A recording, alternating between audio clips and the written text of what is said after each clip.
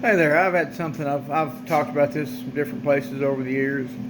While I've been in school systems, I've had a pretty strong opinion on it. And if you're a high school student and you're taking dual enrollment classes, meaning you get credit for the hours that you get in high school, and you can take hours off what you would get in post-secondary education, community college, tech school, whatever you want to call it. They call it college. You don't get a degree for most of the programs. There's some you do, but for the most part, it's welding, okay? Uh, Most industries, they don't care about your certificate from your school. They may want to know that you've had some training. They don't care much about where it was, as long as you can do the job. Okay. But here's the thing about welding. This is a lifelong learning experience. Okay. I've been doing this for 45 years. I first struck arc when I was 15 years old, and I can still stand to go to school. Okay. Meaning I can stand to get more time in a booth and practice. Okay. Or more time at work. I teach now. So I ain't very good, so every opportunity I get to come to my shop and weld, I'll weld. Every opportunity I get with my students, I'll weld, and it makes me better.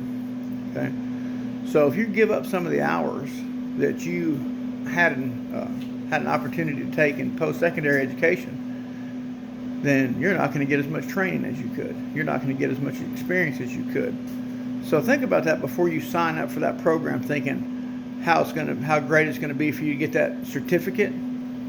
Thing don't mean nothing. Okay, I've been welding my whole life. Very seldom have I ever given people a piece of paper that listed where I went to school at, what I did. I showed up with my hood and gloves and I go take a welding test. Okay, word of mouth and what your abilities are going to have a bigger impact on your employability than your certificate or diploma. Now, don't get me wrong. There may be some schools that have some relationships with businesses and industry, may help, but the community college industry and the high school industry, they're in it to make some money. And they get money for you being dual enrolled.